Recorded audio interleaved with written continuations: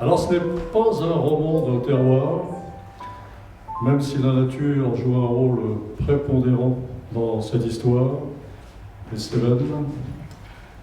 Ce n'est pas un roman historique, même si l'histoire est au cœur de cette histoire, la Seconde Guerre mondiale. Ce n'est pas un roman social, même si la société prend dans ses raies les personnages du livre. Ce n'est pas un roman fantastique, je ne vais pas énumérer tout ce que ça n'est pas. Non, c'est plutôt le réalisme magicien des choses de la vie, incarné par une jeune fille, une très jeune fille, Maude, 16 ans, très jeune et très jolie. Alors Maude veut s'arracher à un milieu familial qu'elle juge étriqué, un monde rural, établi, sous le cratère d'un volcan éteint, au Fabrègues. Les Fabrègues, c'est un lieu-dit, ce n'est même pas un lieu écrit, c'est un lieu-dit à peine cadastré. Aucun Allemand n'y est jamais venu, personne ne monte là-haut, pas même le facteur. En bas, c'est la petite ville du Vigan que Maude prend volontiers pour New York la nuit, en voyant s'allumer les lumières, tantôt New York, tantôt le paquebot Normandie. Pour tromper l'ennui, elle lit les romans feuilletons de sa mère, Fillette. Alors qu'est-ce qui se passe dans un roman feuilleton? Généralement, une belle jeune fille solitaire, élevée sous cloche, rencontre le prince charmant, une espèce de violoniste hongrois ténébreux qui souffre d'un souffle au cœur et n'en a pas moins la main baladeuse au nom d'un mot fou. Le prince charmant monte au Fabrègues, il voit Maude, il s'éprend d'elle, il l'emmène au Vigan. Maude va passer d'un paradis qu'elle prenait pour l'enfer à un enfer où elle cherche encore les clés du paradis. Elle va passer du monde des illusions romanesques à celui du quotidien, du temps qui ne passe pas, au tic-tac des comptes à rebours. Samuel, son prince charmant, se révèle être un résistant pur et dur, qui a des choses à prouver à son père. Il est arrêté par les Allemands, torturé. Va-t-il parler?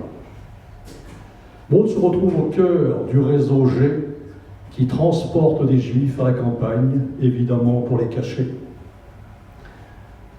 Évidemment, elle va tomber enceinte, et c'est au Fabrègues, chez ses parents, qu'elle monte mettre au monde son fils, Eddy. Elle repart aussitôt, on ne sait pas si elle va revenir. Elle a besoin de retrouver son amour fou, de plus en plus fou. Eddy, en attendant sa mère, ne s'alimente pas. Le lait de chèvre ne lui convient pas, le lait de sauge non plus. Va-t-il vivre? Alors ce serait beaucoup trop facile de se débarrasser d'Eddy par inanition. Non. N'est-ce pas Eddy d'ailleurs, l'auteur du roman? Et n'est-ce pas lui qui va nous dire d'où vient l'amour? J'ai fini.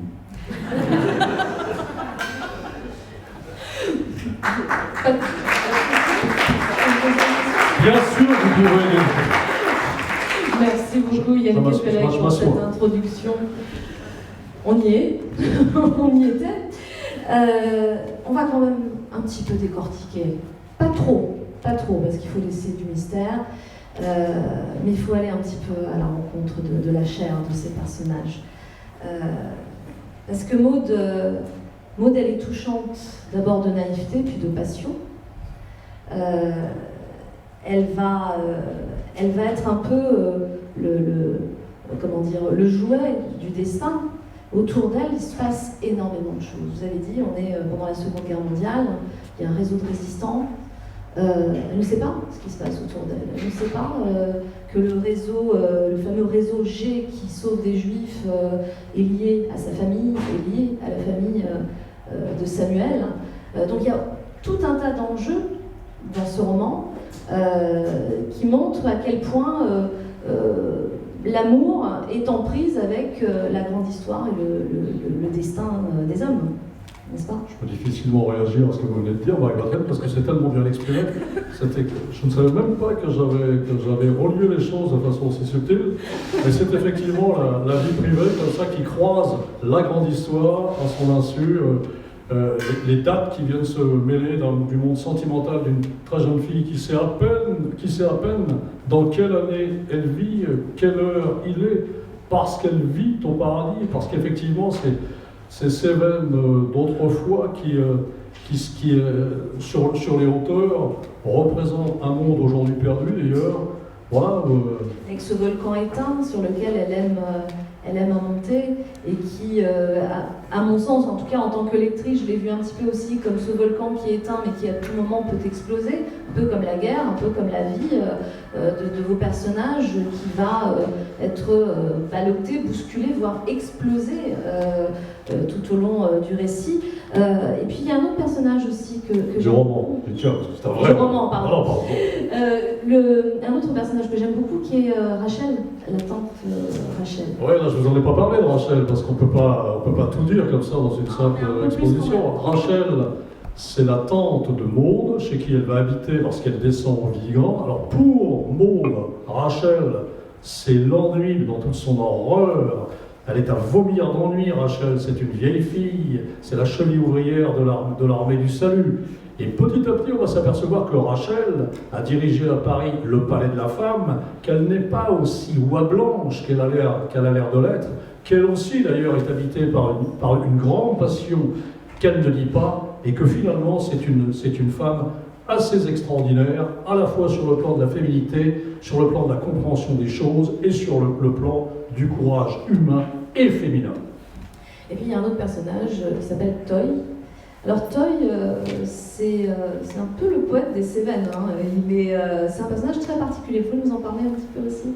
Le personnage de Toy, c'est un berger qui vit aussi sur les hauteurs des Fabrègues, là, sous le volcan.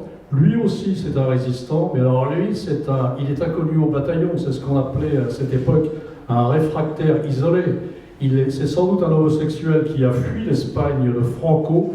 Là-bas, c'était un homme voué à la tauromachie. Il était extrêmement doué dans ce monde de la tauromachie, et notamment, c'était lui qui mettait au monde ces vaches qui deviendraient ces taureaux, des taureaux. Et il est devenu l'as de l'obstétrique, du côté du volcan. C'est lui qui connaît le mieux le monde du corps de la femme, et c'est lui qui va mettre au monde le petit Teddy lorsque Maude va retourner chez elle, de la même manière qu'il avait mis Maude au monde lorsqu'elle était née. Moi j'aime beaucoup ce personnage de Toy parce qu'effectivement, à la fois il est totalement existant, il est en prise avec la vie, et il n'existe pas, et il ne veut surtout pas exister.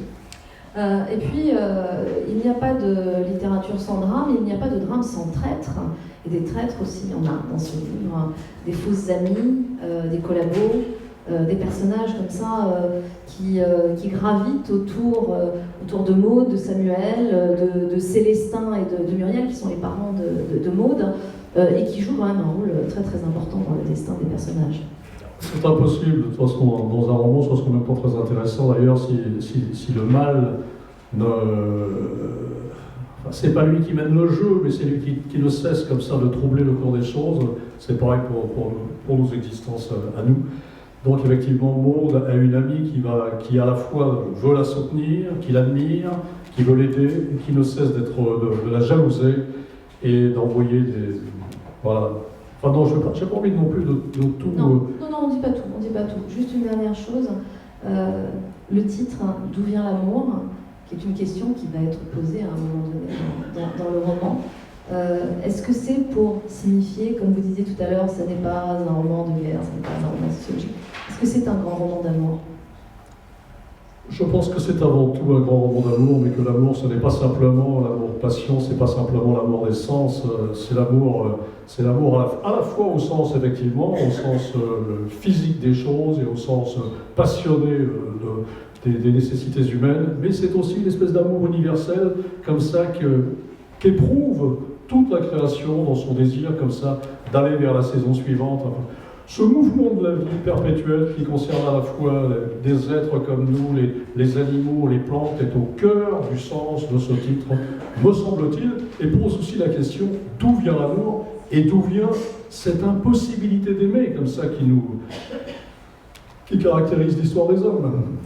Moi, je trouve que c'est très très bien de terminer cette présentation en parlant d'amour et en interrogeant justement et en disant d'où vient l'amour.